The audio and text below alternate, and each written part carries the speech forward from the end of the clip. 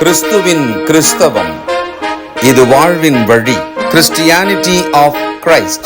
This is the way of life. பரிசுத்த ஆண்டவர் இயேசுவின் நாமத்தில் உங்களுக்கு வாழ்த்துக்கள்.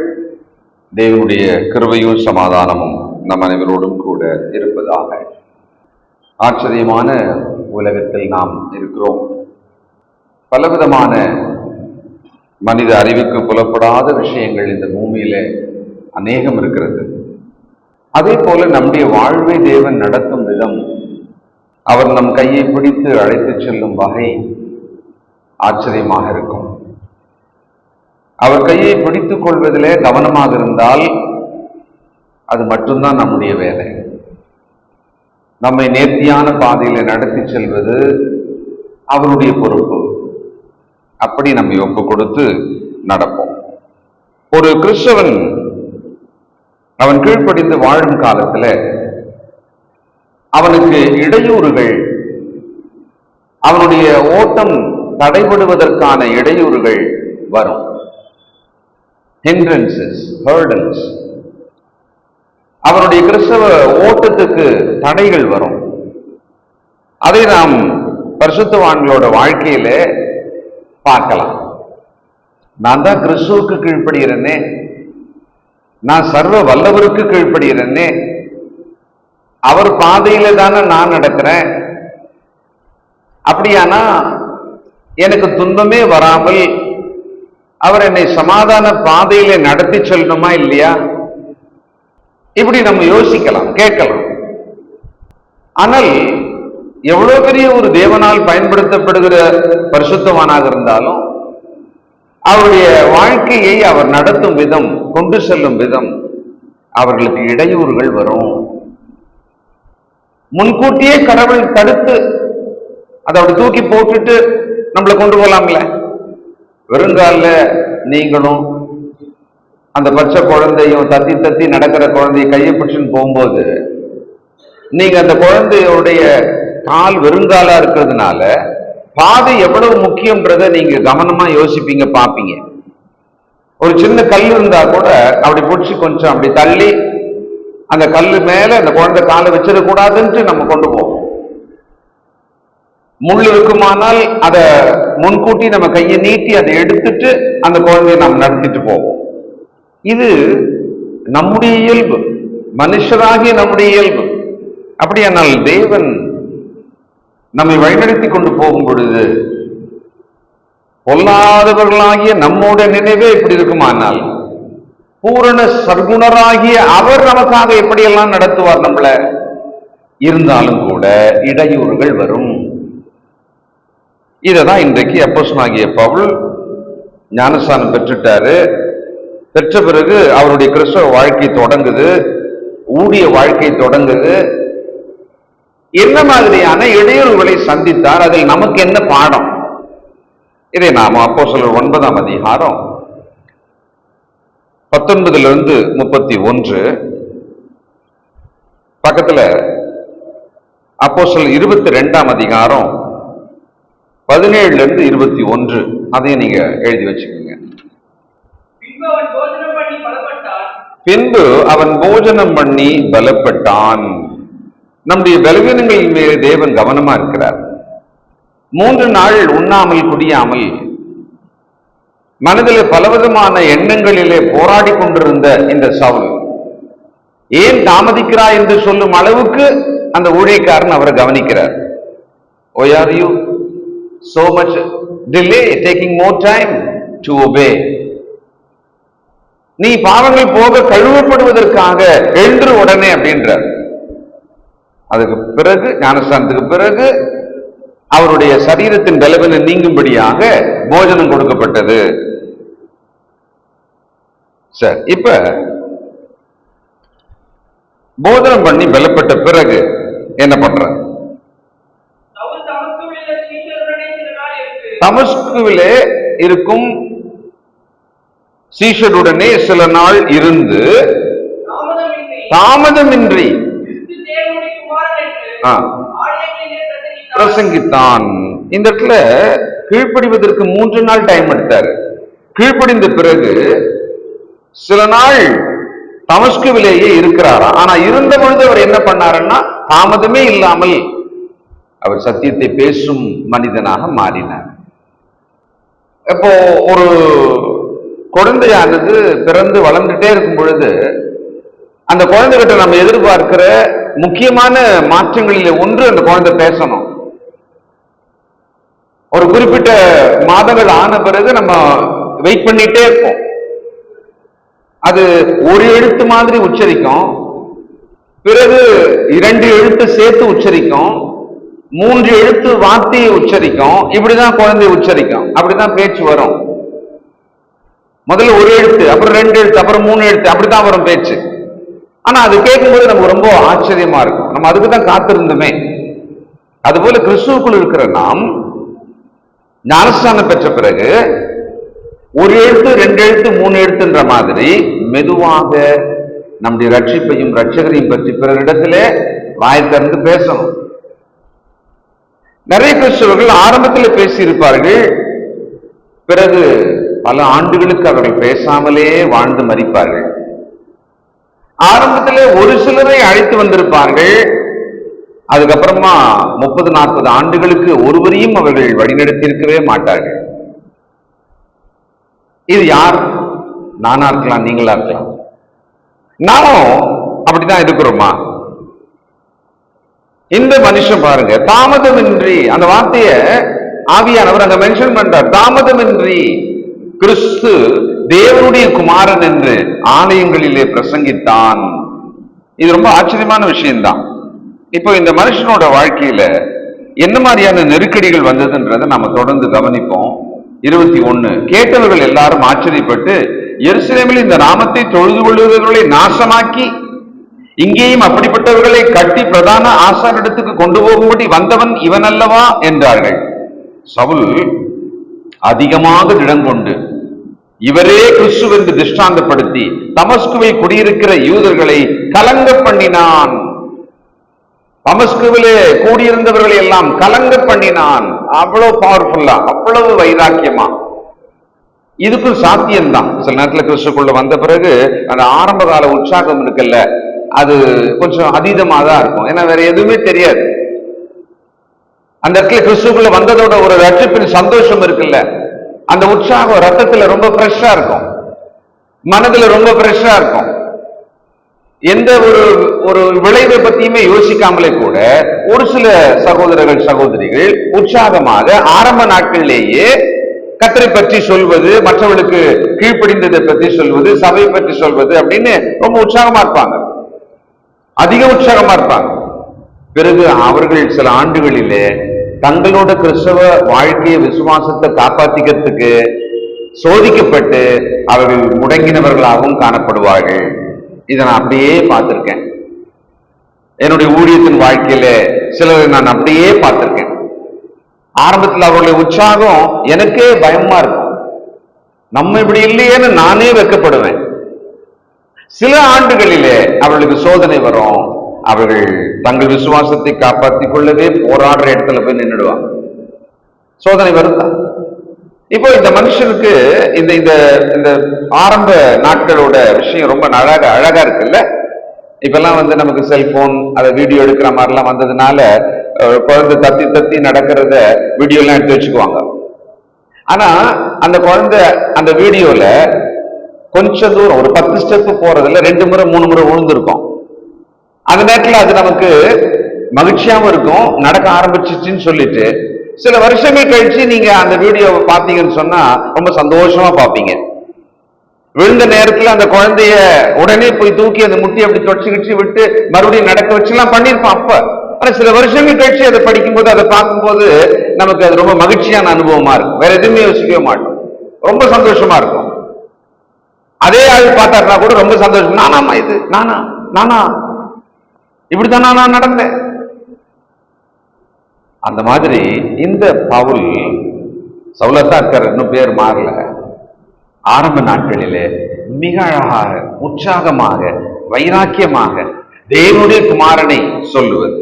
இந்த இடத்துல இவரை நாம வேற மாதிரி யோசிக்கிறதா இருந்தா, அவ்வளவு தூரத்துக்கு மிகப்பெரிய அளவுக்கு கிறிஸ்துவுக்கு எதிராக ஒரு பெரிய போர் வீரனை போல, கர்ஜிக்கிற சிங்கம் போல, மகாபெரிய ஒரு தீவிரவாதியாக இருந்த ஒரு ஆளு அப்படியே நேர எதிரடியா இன்னொரு பிக்சரை பார்த்தா அந்த இயேசுவை, தேவனுடைய குமாரன், 10 நாளைக்கு முன்னால வேற ஆளு, இப்ப வேற ஆளு. அப்ப இருந்த வைராக்கியம் கொல்லுவதற்கு, இப்பொழுது இருந்த வைராக்கியம் உயிர்ப்பிக்கிறதற்கு. இதை செய்யறதுக்கு அந்த மனுஷனுக்கு நிச்சயமா ஒரு தயக்கம், ஒரு கலக்கம், ஒரு பயம், வெட்கம் எல்லாமே இருந்திருக்கணும். ஆனா ரோமாபுரியாருக்கு எழுதும் பொழுது ரோமர் 1 என்ன சொல்றாரு? கிறிஸ்துவின் சுவிசேஷத்தை குறித்து நான் வெட்கப்படேன், அப்படிதானே? கிறிஸ்துவின் சுவிசேஷத்தை குறித்து நான் வெட்கப்படேன். வெட்கப்படேன்னு சொல்லும் போது அந்த அனுபவம் அவருக்குள்ள, அந்த உணர்வு அவருக்குள்ள வந்திருக்கு. அவருக்குள்ளேயும் வந்திருக்கலாம், யாராவது ஏற்படுத்தி இருக்கலாம். அப்ப ஒரு தீவிரவாதி போல, கர்ஜிக்கிற சிங்கம் போல, எல்லாரையும் பீறி போடுகிற ஒரு கரடி போல இருந்தார். அப்போ பயந்து நடுங்கி ஒரு ஃபெரோஷியஸான ஒரு ஆளா அவரை பார்த்து அந்த ஜனங்கள்லாம் ஒரு பெருமிதமா நினைச்சிருப்பாங்க. ஆனா இப்ப அந்த மனுஷன் ஆண்டவர் இயேசுவின் குணங்களை தரித்து கொண்டு, இயேசு தேவனுடைய குமாரன் என்று வைராக்கியமாக பேசிக் கொண்டிருக்கிற இந்த சவுலை பார்க்கும்போது அப்படியே வேற பிக்சர். ஒரு மனுஷங்கிட்ட மாற்றம் ஏற்படணும்னா இப்படி மாற்றம் ஏற்படணும். ரொம்ப நாள் கிறிஸ்துக்குள்ள இருக்கிற நாம, நம்ம கிட்ட கிறிஸ்துக்குள்ள இருக்கிற அந்த வாழ்க்கையில எவ்வளவு மாற்றம் ஏற்பட்டிருக்கிறது நம்மளை கொஞ்சம் யோசனை பண்ணி பார்க்கணும். நமக்குள்ள கிறிஸ்துக்குள்ள வந்ததுனால எவ்வளவு மாற்றம், எவ்வளவு முதிர்ச்சி ஏற்பட்டிருக்கிறது. பல நேரம் நாமே நம்மை பாராட்ட முடியாத அளவுக்கு இருக்கும். இப்பொழுது சவுல் திடன் கொண்டு அவரே கிறிஸ்து என்று திருஷ்டாந்தப்படுத்தி தமஸ்குவிலே குடியிருக்கிற யூதர்களை கலங்க பண்ணினான். 22 முதல் அப்போஸ்தலர். எருசலேமுக்கு திரும்பி வந்து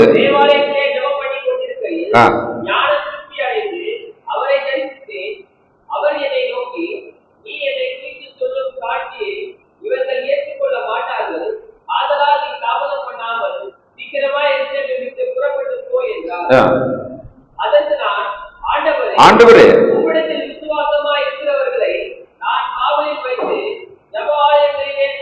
அடித்ததையும் நானும் அருகே இருந்து அவரை கொலை செய்வதற்கு சம்மதித்து அவரை கொலை செய்தவர்களின் வஸ்திரங்களை காத்துக் கொண்டிருந்ததையும் இவர்கள் அறிந்திருக்கிறார்களே என்றேன். அதற்கு அவர், நீ போ, நான் உன்னை தூரமாய் புறஜாதிகளிடத்திலே அனுப்புவேன் என்று சொன்னார். சில நேரம் நம்முடைய திட்டம், நம்ம பார்வை, நம்மளோட நோக்கம் ரொம்ப கிளியரா சரியாவே இருக்கும். இது ரொம்ப கரெக்டா இருக்கும், நான் இதை பண்ணுவேன் அப்படின்னு நினைப்போம். தேவன் என்னன்றாரு? போன்றாரு. அவர் சொல்றாரு, இந்த இருக்கிற ஜனங்களுக்கு முன்னால் நான் இப்படி நடந்துகிட்டேன், சேவான் கொலை செய்யற மாதிரி அந்த ஒரு சந்தர்ப்பத்துல நான் கூட இருந்தேன், சம்மதிச்சிருந்தேன். இந்த ஜனங்களுக்கு என்ன நான் இப்ப சொல்லணும், நான் இப்ப எப்படி இருக்கேன்றது நான் சொல்லணும், அதனால அவங்களை ரட்சிக்கணும், ஒரு நல்ல ஒரு களமாக இருக்கும் அப்படின்றார். ஆனா ஆண்டவர் அவருக்கு, நீ போ, உன்னை தூரமாக புறஜாதியாருக்கு அப்படின்னு சொல்றார். அப்போ சில நேரம் நம்ம ஆவிக்குரிய விஷயத்துல உற்சாகமா இருக்கும் பொழுது அது மடைமாற்றப்படும். நாட் ஹியர், கோ சம்வேர் அப்படின்னு இருக்கும். எனக்கும் அந்த மாதிரியான சந்தர்ப்பம் வாழ்க்கையில வந்திருக்கிறது. இங்கே குமரன் நகர சபையில கீழ்ப்படிந்து இங்கேயே வளர்ந்து கொண்டு கல்லூரியில படித்து அதில் ஆசிரியனாக இருந்து திருமணம் முடித்து இனி இந்த ஒரு பெரிய ஊழியத்தின் வாரிசு போல இங்குதான் வளர போறேன் அப்படின்னு இருந்த சமயத்துல இங்கிருந்து நான் போயாக வேண்டும் என்று என்னை போ என்று துரத்தினது போல தேவன் அந்த சூழலை உருவாக்கி என்னை இங்கிருந்து அனுப்பினார். கம்ஃபர்ட் ஜோனுக்குள்ள நான் இருந்தேன். ஏற்கனவே எல்லாம் அமைக்கப்பட்ட ஒரு இடத்துல உரிமை பெற்ற ஒருவனாக நான் இருந்தேன் இங்கதான். ஆனா இங்கிருந்து போ அப்படின்னு சொல்லி தேவன் என்னை எழுப்பி அனுப்புறார். அதுக்கான ஆயத்தமும் அதுக்கான ஒரு ஒரு கீழ்ப்படிதலும் குடும்பமாகவே அப்பொழுது கர்த்தர் கொடுத்திருந்தார். அவர் கொடுத்த போனோம். 14 வருஷம் சென்ட் தாமஸ் மவுண்ட்ல ஊழியம் செய்தோம். அங்கிருந்து 10வது ஆண்டிலேயே நான் சொல்ல ஆரம்பிச்சிட்டேன், இங்க இனி நீங்கள் வளரணும், நீங்க இதை பார்த்துக்கணும், நான் போயிடுவேன்னு.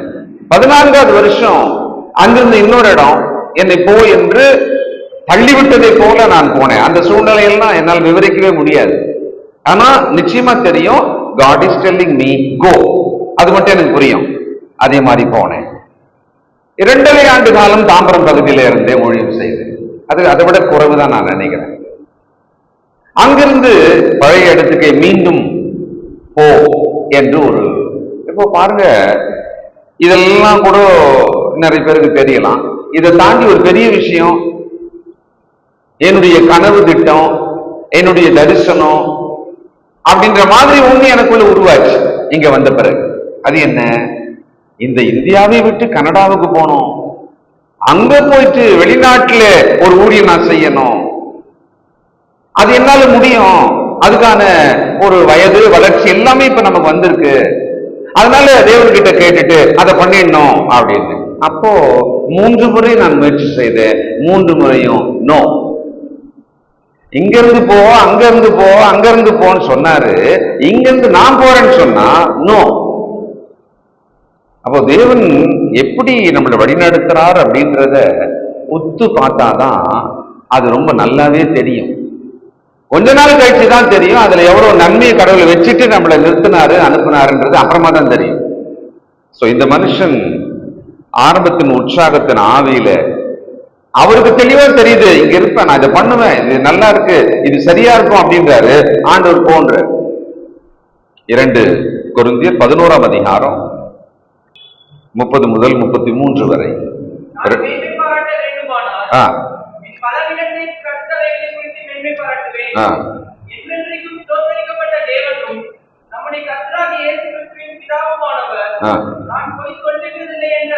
அறிவார்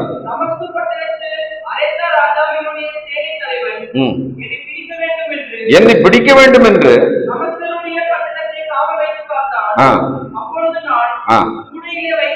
கூடையில வைக்கப்பட்டு இறக்கிவிடப்பட்டு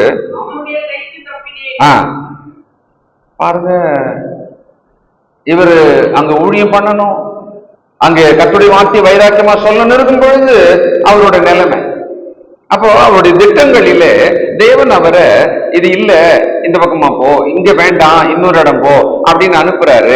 அப்போ ஒரு விதமான எண்ணம் நமக்கு வரும், நம்ம பிளான் தோல்வி ஆயிடுச்சு, நம்ம திட்டம் தோல்வி ஆயிடுச்சு, அப்படித்தானே வரும்.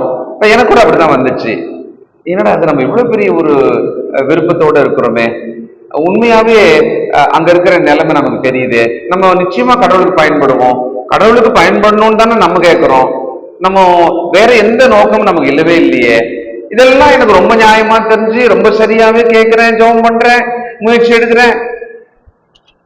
ஆனா தேவனோ, இந்த மனுஷனுக்கு கண்டிப்பா அவருடைய மனசுக்குள்ள ஆரம்பத்தில் உற்சாகமாக செய்ய வரும் பொழுது ஒரு ஒரு தோல்வி, தன்னுடைய திட்டம் தோல்வி அடையும் பொழுது நிச்சயம் சோர்வு உண்டாயிடும். அவருடைய பிளான் படி, அவருடைய கம்ஃபர்ட்ல அவர் கர்த்தருக்கு பயன்படணும்னு தான் நினைக்கிறார். அது வேண்டாம் அப்படின்னு சொன்ன உடனே சோர்வு வந்துடும். நீங்க வாரந்தோறும் வந்து இங்க இருக்கிற பெஞ்செல்லாம் துடைக்கிறதாக ஒரு தீர்மானம் பண்ணிட்டு வந்து அழகா அப்படி தொடச்சிட்டு ஒரு ஜெபம் பண்ணிட்டு ரொம்ப மனநிறைவா போனீங்க. 2வது வாரம் வந்தீங்க, அதே மாதிரி செய்தீங்க. 3வது வாரம் வந்து நான் உங்களை பாக்குறேன், பார்த்த உடனே சொல்றேன் இதெல்லாம் நீங்க செய்யாதீங்க. உங்களுக்கு எப்படி இருக்கும்?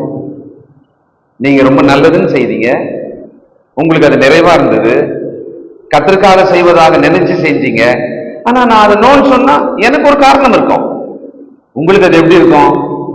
ரொம்ப மனமடிவா இருக்கும். நான் நன்மைதானே செய்தேன். சில நேரம் கிறிஸ்துக்குள்ளே வளரும் பொழுது நம்முடைய நன்மையான யோசனைகள், திட்டங்களை தேவன் இது வேண்டாம் என்று வேற சொல்லுவார். தேவன் நம்மளை வேற ஒரு வகையில நடத்துவார். அவருடைய வழி, அவருடைய வகை என்பது ஆச்சரியமா இருக்கு. நமக்கே தெரியாது எப்படி நடத்துறாருன்னே நமக்கு தெரியாது.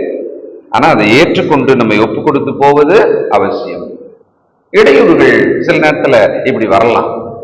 இப்பொழுது 23 முதல் 25 வரை அப்போஸ்தலர் 9ஆம் அதிகாரம். அநேக நாள் சென்ற பின்பு யூதர்கள் அவனை கொலை செய்யும்படி, ஏன்னா யூதரே கலங்கடிக்கிற அளவில் அவருடைய பிரசங்கம் இருக்கு. அப்போ யூதரே கொலை செய்யும்படியாக இந்த இடத்துல நின்று நம்ம யோசிக்கணும். பவுல் ஒரு இடத்துல ஒரு அறையில உட்கார்ந்து இருக்காருன்னு கொஞ்சம் கற்பனை பண்ணி பாருங்க. அப்படி யோசனை பண்ணிட்டே இருக்கிறாரு. தகவல்லாம் வருது அவருக்கு. ரொம்ப வைராக்கியமா அந்த இடத்துல பிரசங்கம்லாம் பண்ணியிருக்கிறாரு. நிறைய பேர் ஆச்சரியமா பார்த்தாங்க. இவர் யாருன்னு தெரியும், இப்ப எப்படி இருக்கிறாருன்னு ரொம்ப ஆச்சரியப்பட்டாங்க. இவருக்குள்ள ஒரு ஆவியில மிகப்பெரிய ஒரு உற்சாகம், வைராக்கியம், விசுவாசம் எல்லாம் இருக்கிறது. திடீர்னு ஒரு தகவல் வருகிறது, இனிமே வெளியே போனாக்கா கொலை செய்யறதுக்கான திட்டம் பண்ணியிருக்காங்களாம், ஆட்கள் வெயிட் பண்றாங்க, they are going to kill you அப்படின்னு இருக்கு. அப்படியே கொஞ்ச நாளைக்கு முன்னால பார்த்தாக்கா இவரை பார்க்கறதுக்கே பயந்தவன், இவர் கையில அநேகரை கொலை செய்யும்படியான அதிகாரம் இருந்தவர். இப்ப இவர் நிலைமை என்னாச்சு, இவரை கொலை செய்யும்படியாக சொல்லுவாங்க, ஆங்கிலத்துல சொல்லுவாங்க, அது எப்படின்னு தெரியல எனக்கு. டேபிளோட இன்னொரு சைடுக்கு நீ ஒரு நாள் வர வேண்டி வரும். அதாவது ஒரு அதிகாரி இங்க உட்காந்துக்கிறாரு, எதுக்கு நம்ம போயிட்டு கை கட்டின, ஐயா அது சைஸ் இது கொஞ்சம் முடிச்சு கொடுங்கயா அப்படின்னு. அவரு எல்லாம் முடியாது போ அப்படின்பாரு. அவன் யோசிப்பான், ஏரியா ஒரு நாளைக்கு நானும் அதிகாரத்துல வர்றேன், உன்ன மாதிரி நானும் நிப்ப, நீ என்கிட்ட ஒரு நாள் வந்து நிப்ப நீ அப்படின்னு போவான். ஒரு 10 வருஷத்துல அப்படி ஒரு நிலைமை வரும். அப்போ இந்த அதிகாரி வேற ஒரு மேட்டருக்கு போவாரு, உள்ள பார்த்தாக்க இவரு அதிகாரியா உட்காந்து இருப்பாரு. இது ஒரு கற்பனையா சொல்லுவாங்க, இது உலகத்தில் இப்படி நடக்கலாம். இந்த மனிதன் ஒரு கொலையாளியாக இருந்தவர், அநேகரை கொல்லும் அதிகாரத்தோடு இருந்தவர். அப்போ எந்த ஊருக்கும் மிக கம்பீரமாக ஆட்களோட போவார், தைரியமா போவார். வெளியில போறதுக்கு பயப்படுறாள் இவர் கிடையாது. இவரை பார்த்தாதான் சுத்தி இருக்கிற 100 பேர் 1000 பேர் பயப்படுவான். இன்னைக்கு கிறிஸ்துக்குள்ள வந்த பிறகு, கிறிஸ்துக்குள்ள ஊழியம் செய்து கொண்டிருக்கும் பொழுது, மகா சர்வ வல்லமையுள்ள தேவனுடைய சத்தியத்தை சொல்லிக் கொண்டிருக்கும் பொழுது, உயிர்த்தெழுந்த இயேசுவை சொல்லிக் கொண்டிருக்கும் பொழுது, இவரை கொலை செய்யும்படியாக திட்டம் என்று சொல்லி, இப்போ இவரோட வாழ்வின் உபத்திரம் எப்படி வந்துச்சு பாருங்களேன். அவருடைய மனநிலை எப்படி இருந்திருக்கும். இப்போ மறுபடியும் அந்த 2 கொரிந்தியர் 11 பாருங்க, 33வது வசனம். கூடையில வைக்கப்பட்டு ஜன்னலிலிருந்து மதில் வழியாக இறக்கிவிடப்பட்டு கொலை செய்யும்படியாக இருந்த அந்த சமயத்துல எல்லாரும் ரிக்வெஸ்ட் பண்றாங்க, தயவு செய்து உங்களை நாங்க அந்த மதில் மேல இருந்து இறக்கி விட்டுறோம். மிகப்பெரிய கயிறு, அதுல ஒரு கூடை. இப்ப கூடையில அப்போஸ்தலனாகிய பவுல் உட்கார்ந்தார், மெதுவா இறக்குறாங்க. அப்ப நான் யோசனை பண்ணி பார்க்கிறேன், அவர் இடத்துல நான் இருந்தேன்னா எப்படி யோசிச்சிருப்பேன், ஆவி எப்படி இருந்திருக்கும், அவருடைய மனசு எப்படி இருந்திருக்கும். இல்ல இல்லையா, நம்ம நிலைமை எப்படி ஆயிடுச்சு.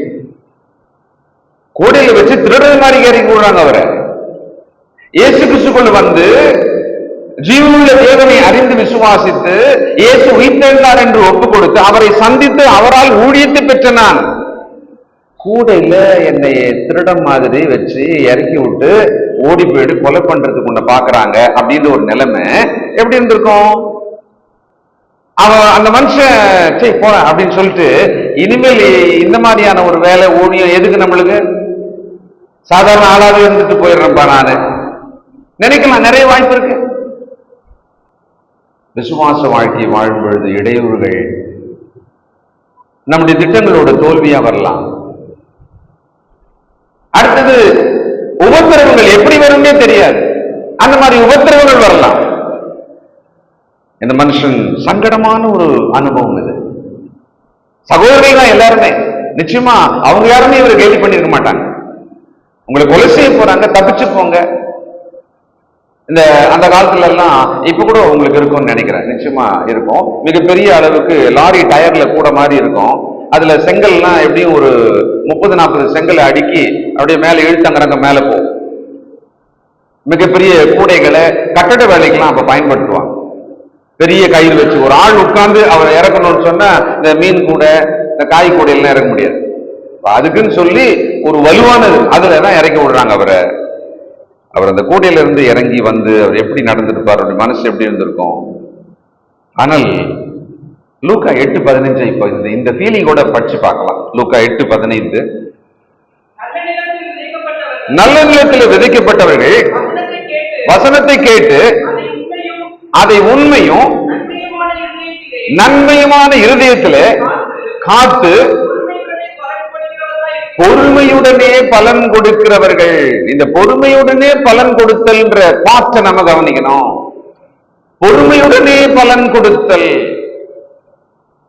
ஊழியத்துக்காக வரும் பொழுது இடையூறுகள், நம்முடைய விருப்பங்கள் தடை செய்யப்படும், நம் திட்டங்கள் தடை செய்யப்படும், உபத்திரவங்கள் எங்கிருந்து வரும்னே தெரியாது. இப்ப இவர் என்ன பண்ணாரா, இவருடைய கஷ்டத்தை எல்லாத்தையுமே பொறுமையினால் கடந்து வந்திருக்கிறார். அதுல இருந்து இவர் ஒரு ரியாக்ட் பண்ணி இவர் அதுக்காக வேற ஒரு பிளான் பண்ணி பண்ணாரானா இல்ல. இங்கதான் நம்ம கத்துக்கணும், பொறுமையினால். அப்ப ஆண்டவர் இயேசு கிறிஸ்து தன் ஊழியத்தை சிலுவிலே போய் நிறைவேற்றுற வரைக்கும் அவருக்கு வந்த இடையூறுகள், உபத்திரவங்கள் எல்லாம். சிலுவில மறிக்கணும், அதான் திட்டம். ஆனா கல்லாலட்சி சாவடிக்கிறதுக்கு, மலையிலிருந்து தள்ளி விட்டு சாவடிக்கிறதுக்கு, தேவாலயத்தின் உப்பரிகள் இருந்து கீழே விழுந்து அவர் சாவறதுக்கு எல்லாம் நடுவில் எல்லாமே வந்தது. அவர் தேவனுடைய வார்த்தையை தன் இருதயத்தில் வைத்துக் கொண்டு அவரே வார்த்தையாக இருந்தார். பொறுமையினால். பொறுமையினால் கிறிஸ்துக்குள்ள இருக்கிற நமக்கு இந்த பொறுமை அவசியம் தேவை. எந்த ஒரு விஷயத்துக்கும் நம்மால செய்ய முடியல, நம் கையை மீறி போகிறது, பொறுமையினால். கிறிஸ்துக்குள்ள இருக்கிறோம், நியாயமா இருக்கிறோம், சரியா நடக்கிறோம், ஆனா அதுல ஒரு பிரச்சனை வருகிறது, பொறுமையினால். நல்ல நிலம்னா என்ன, அவங்க எப்படி ஜெயிக்கிறாங்கன்னு பார்த்தா அவங்களுக்கு துன்பம் வரும், உபத்திரம் வரும். மற்ற 3 நிலத்துக்கு என்ன வந்தது, இவங்களுக்கு தான் வந்தது. உலக கவலை, சிற்றின்பத்தின் மயக்கம் எல்லாமே இவங்களுக்கு வந்தது. சாத்தான் எடுத்துலாமான்னு பார்த்தது எல்லாமே இவங்களுக்கு வந்தது தான். ஆனா இவர்கள் நல்ல நிலம், நல்ல இருதயம், கிறிஸ்துக்குள்ள கீழ்ப்படிந்து வாழ்ந்து கொண்டிருக்கிற சகோதரனே, சகோதரியே, வாலிபனே, வாலிப பிள்ளையே, உங்கள் இருதயம் நல்ல நிலமா இருக்கிறதா? களைகள் நிறைய இருக்கிறது, 2-3 பயிர் மட்டும்தான் இருக்கு, அப்படி இருக்கா? அப்போ நாம நம்முடைய கிறிஸ்துவ வாழ்க்கையில நம்ம போயிட்டு இருக்கிற இந்த போக்குல எப்படிப்பட்ட நபர்களாக நாம் வளர்ந்து கொண்டு போகிறோம்? இந்த மனுஷனுக்கு இந்த நல்ல இருதயம், அதில் பொறுமையோடு கடந்து போகிற ஒரு மனம் இருந்திருக்கிறது. இப்பொழுது அப்போஸ்தலர் 9ஆம் அதிகாரம் 26 முதல் 28. சவுல் எருசலேமுக்கு வந்து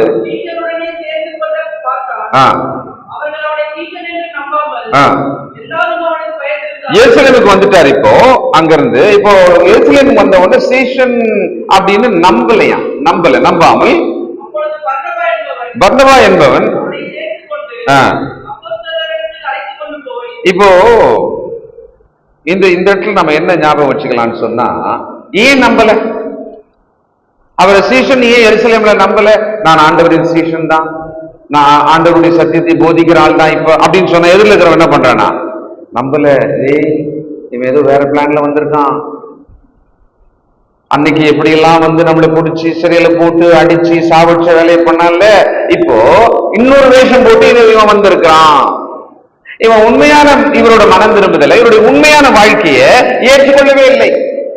ஒண்ணு ஞாபகம் வச்சுக்கோங்க, நீங்க கிறிஸ்துவுக்குள்ள எப்படி நடந்தாலும் அதை பல்வேறு வகையில விமர்சிப்பதற்கான ஆட்கள் நம்ம சுற்றிலும் இருப்பார்கள், பல்வேறு வகையில புரிந்து கொள்வதற்கான ஆட்கள் நம்ம சுற்றிலும் இருப்பார்கள். இது நம்மள சோர்வுக்குள் ஆக்கும், ஆனா ஆகக்கூடாது. நாம் தேவ நீதியிலே நடப்பதில் கவனமா இருக்கும். பொறுமையினாலே இவைகளெல்லாம் கர்த்தர் பார்த்துக் கொள்வார் என்று விட்டு போவதிலே நாம் கவனமா இருக்க வேண்டும். நம்ம ரியாக்ட் பண்ணோம்னா அங்கே அவர்களுக்கு நமக்கு வித்தியாசம் இல்லாம போயிடும். நம்ம அதை பண்ணவே கூடாது. இதே மாதிரிதான் இந்த இடத்துல இந்த பவுல் நடந்துகிட்டே வர்றாரு. இப்போ அவர் மனசு எப்படி இருந்திருக்கும்? பயங்கரமான ஆளு, கொலகாரனா இருந்தேன், எல்லாம் சல்யூட் அடிச்சு நமக்கு மரியாதை கொடுத்து நம்மள நடத்தினாங்க. இப்போ ஆண்டவரின் சீடனாக வருகிறேன், அவரால் தெரிந்தெடுக்கப்பட்ட ஒரு ஊழியக்காரனா வருகிறேன், ஏற்கனவே கிறிஸ்தவங்களா இருக்கிறவங்க நம்மளை நம்ப மாட்டாங்களே, நம்மளை ஏத்துக்க மாட்டாங்களே அப்படின்ற ஒரு வேதனை இருக்கும்.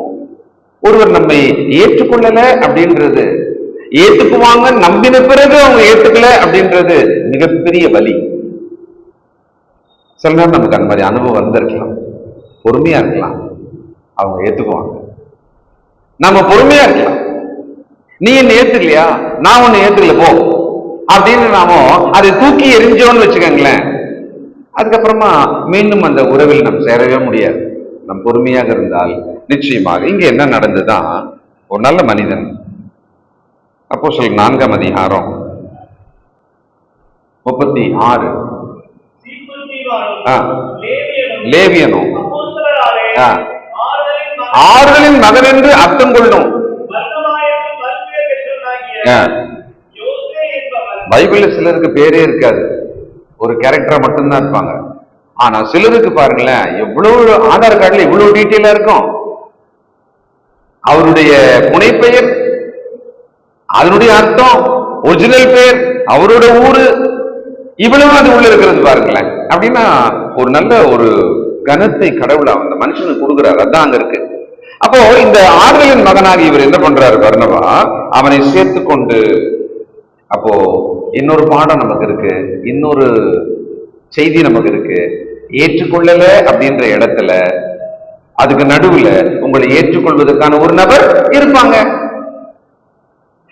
பார்த்தா ஒரு குரூப்பா தெரியுறாங்க, ஏற்றுக்கொள்ளலன்னு தெரியுது. ஆனா அது உள்ள ஒரு ஆள் இருப்பாங்க, உங்களை ஏற்றுக்கொள்வாங்க. அவங்க வழியா நீங்க உள்ள போவீங்க, எல்லாரும் ஒரு நாள் ஏற்றுக்கொள்வாங்க. இது நடக்கும். இப்ப இவருக்கு அதான் நடந்தது. அவங்க ஏற்றுக்கொள்ளல இவரை, ஆனா இவன் சேர்த்து கொண்டு அப்போஸ்தலரிடத்திலே அழைத்து கொண்டு போய் வழியிலே அவன் கர்த்தரை கண்ட விதத்தையும் அவர் அவருடனே பேசின விதத்தையும் தமஸ்குவிலே அவன் இயேசுவின் நாமத்தினாலே தைரியமாய் பிரசங்கித்ததையும் அவர்களுக்கு விவரித்து சொன்னான். பாருங்க, நமக்காக யார் பேசுவா, நம்மளை பத்தி யார் சொல்லுவா அப்படின்னு நம்ம சில நேரம் நிக்கிறோம்னாக்கா, அந்த இடத்துல ஒரு நபரை கடவுள் அனுப்புவார். அவங்க நம்மளை பத்தி நல்லது சொல்லுவாங்க. இவங்க என்ன நினைச்சாங்க, ஏற்றுக்கொள்ளாதவங்க ஏதோ ஒரு மாயம் பண்ணி நம்மள மறுபடியும் சாவடியத்துக்கு வந்திருக்கிறான். நேர ஆப்போசிட்டா நினைச்சிருக்கிறான். சீடன், நீ எல்லாம் சொல்றது நம்மள ஏத்துக்க முடியாது, உன்னை எப்படி தெரியும்பா எங்களுக்குன்றான். ஆனா அதுக்குள்ளவே இருந்த ஒருவன் ஆறுதலின் மகன், யாரையுமே கம்பவுண்ட் பண்றவர், அவர் யாரையுமே கம்பவுண்ட் பண்ணிடுவார், யாரையுமே அவர் ஏற்றுக்கொள்வார். அவருக்கு வேதமே கிடையாது. ஒரு ஆளை பார்ப்பாரு, எஸ் அப்படின்னு ஒரு மனிதனாக அவரை ஏற்றுக்கொள்கிறார். அவரை பற்றி விவரங்கள் நிச்சயமா அந்த வர்ணபாக ஏற்கனவே தெரிஞ்சிருக்கும். ஏன்னா ஸ்தேவானோட மரணம் தெரியும் இல்ல, அப்படின்னா இவர் யாருன்னு தெரியும். இவருடைய மாற்றத்தை அந்த மனுஷன் ஏற்றுக்கொண்டு, இப்போ இந்த எருசலேமுக்குள்ள இவர் வந்தார் இல்ல, பவுல் வந்தார் இல்ல, அவர் வரும்போது அந்த கோடியில இருந்து இறங்கிட்டு அங்கிருந்து வந்தார் இல்லையா, எருசலேமுக்குள்ள வரும்பொழுது அவர் கொல்கத்தாவை தாண்டி தான் உள்ள வந்திருக்கணும். ஆண்டவர் சிலுவையிலே மரித்த இடம் நிச்சயமா அவர் நினைவுல வந்திருக்கணும், பார்த்திருக்கணும். உள்ள வந்து ஊரு உள்ள வரும்பொழுது ஸ்தேவானை கொன்ற இடம் நிச்சயமா அதை கடந்துதான் அவர் வந்திருக்கணும். அவர் மனசுக்குள்ள ஆஹா அப்படின்னு சொல்லி இத்த பாதகங்களை செய், இவ்வளவு தூரத்துக்கு நான் அப்படின்னு சொல்லி நினைச்சுக்கிட்டே தான் வந்திருப்பாரு. ஆனா வந்த பிறகு எருசலேம்ல தூக்கி கொண்டாடுவாங்கன்னு நினைச்சா அவரை சந்தேகப்பட்டு ஏற்றுக்கொள்ளாதவர்கள் இருந்தார்கள். ஆனால் ஆறுதலின் மகன் கரெக்டா அந்த அர்த்தத்துல வந்து அவரை சந்திக்கிறாரு, ஏற்றுக்கொண்டாரு. அவரை நம்பாமல் இருந்த சமயத்துல ஒருவர் நம்பும்படியாக தேவன் அங்கே ஒரு மனிதனை வைத்தார். ஏற்றுக்கொள்ளாதவர்களின் நடுவிலே ஒருவன் ஏற்றுக்கொள்ளும்படியாக ஒரு நபரை அங்கே வைத்தார். நமக்கும் வாழ்க்கையில இது மாதிரி நடந்திருக்கலாம். நினைச்சு பாருங்க, தேவனுக்கு நன்றி சொல்லணும். அது எப்பயோ நடந்திருக்கலாம், ஆனால் தேவனுக்கு நாம் நன்றி சொல்லணும். கலாத்தியர் 1:23, ஏற்றுக்கொள்ளாதவர்களுக்கு நியாயமான காரணம் இருந்ததுதான். கலாத்தியர் 1:23, முன்னே நம்மை துன்பப்படுத்தினவனே தான் அழிக்க தேடின விசுவாசத்தை இப்பொழுது பிரசங்கிக்கிறான் என்பதை மாத்திரம் அவர்கள் கேள்விப்பட்டிருந்து என்னை பற்றி தேவனை மகிமைப்படுத்தினார்கள். என்னை பற்றி தேவனை மகிமைப்படுத்தினார்கள். நம்மை ஏற்றுக்கொள்ளாத ஒரு மக்கள் நடுவில் ஒரு நாள் வரும், நம் பொறுமையோடு கூட கர்த்தருக்கு பிரியமாக நடந்தால் மட்டும் போதும், அவர்கள் வாயினாலேயே நம்ம என்ன பண்ணுவாங்களா, ஒரு நாள் மகிமைப்படுத்துவாங்க. இது உலகத்தாரே நம்புறாங்க, வாழ்றாங்க, வைராக்கியமா இருக்காங்க. இயேசு கிறிஸ்துக்குள் இருக்கிற நமக்கு உதாரணங்கள் வேற இருக்கிற, அதே வாயினால் நம்மை பாராட்டுவார்கள், நம்மை குறித்து தேவனை மகிமைப்படுத்துவார்கள். இது நடக்கும். நாம் எப்படி நடக்கணும்ன்றதில் நாம கவனமா இருக்கணும். 22ஆம் அதிகாரம் அப்போஸ்தலர் நடவடிக்கைகள் 17 முதல். எருசலேமுக்கு திரும்பி வந்தேன். தேவாலயத்தில் ஜெபம் பண்ணி கொண்டிருக்கையில்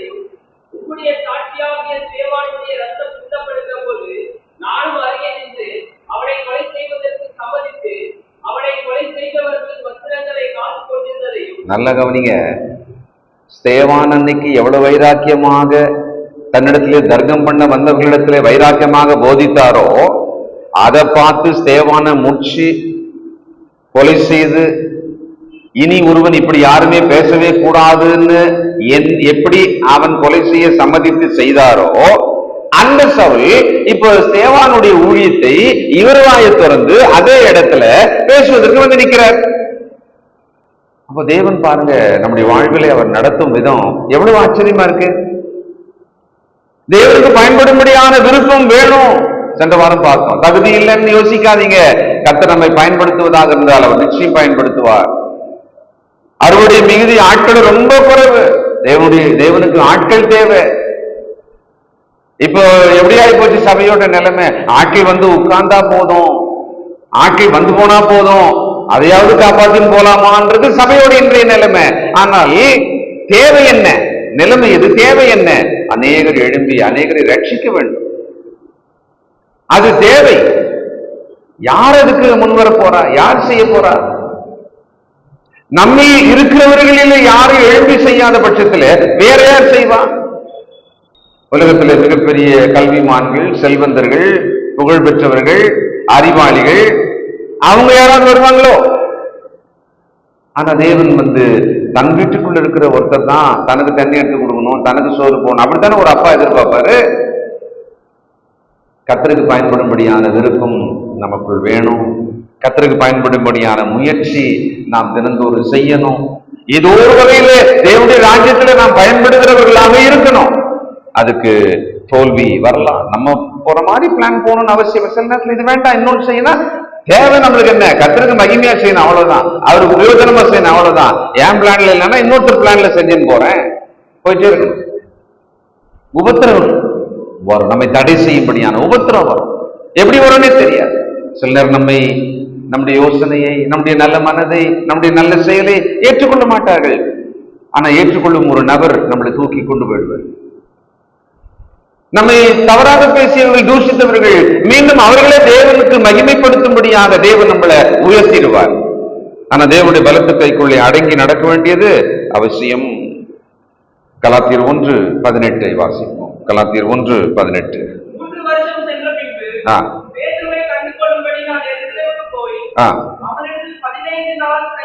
தங்கியிருந்தேன்.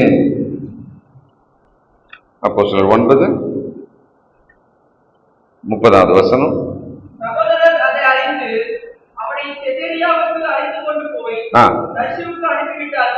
செசரியாவுக்கு அழைத்து கொண்டு போய் தர்சுவுக்கு அனுப்பிவிட்டார்கள்.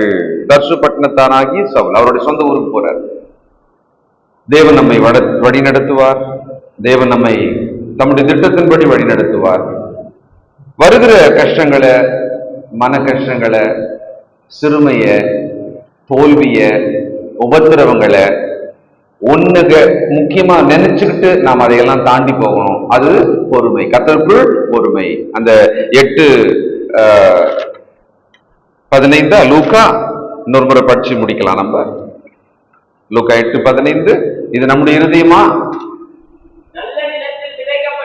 நல்ல நிலத்திலே வசனங்கள் விதைக்கப்பட்ட அவர்கள் அந்த வசனத்தை கேட்டு அதை உண்மையும் நன்மையுமான இருதயத்திலே, இந்த ஹார்ட்டுக்கு ஒரு டிஸ்கிரிப்ஷன் எப்படி இருக்குது பாருங்களேன். ஹார்ட் டெஸ்ட் பண்றாங்க இல்ல, நமக்கெல்லாம் இந்த துடிக்கும் இதயத்தை டெஸ்ட் பண்றாங்க. டெஸ்ட் பண்ணிட்டு வந்த உடனே ரிசல்ட் சொல்றாங்க. ஒரு பக்கம் நல்லா இருக்குது, இன்னொரு பக்கம் நல்லா இல்லை. வால்வு ஒண்ணு வீக்கா இருக்கு, இன்னொன்னு பரவாயில்ல. அடைப்பு இருக்குது 60%, 90% போச்சுன்னா உங்களுக்கு ஸ்டண்ட் வைக்கணும். உங்களோட ஹார்ட்டுக்குள்ள ஒரு பிரஷர் தேவைப்படுது, அந்த பிரஷர் கம்மியா இருக்கு இல்ல அதிகமா இருக்கு.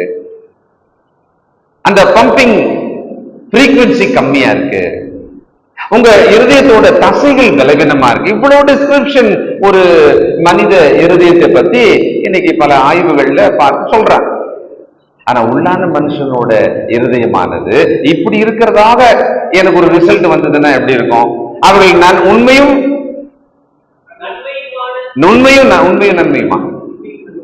நன்மையுமான இருதயத்துல காத்து,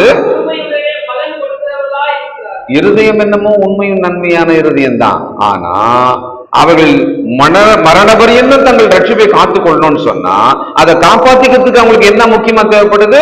பொறுமை தேவைப்படுகிறது. கிறிஸ்துக்குள்ள பொறுமையா இருக்க நாம் கற்றுக்கொள்வோம். தேவன் நம்மோடு இருக்கிறார், நம்மை கைப்பிடித்தவர் நடத்தி கொண்டுதான் இருக்கிறார். ஜெபம் செய்வோம். வானத்தையும் பூமி உண்டாக்கின சர்வ வல்லமையுள்ள நல்ல பிதாவே, பரிசுத்தர் பரிசுத்தர் பரிசுத்தரே.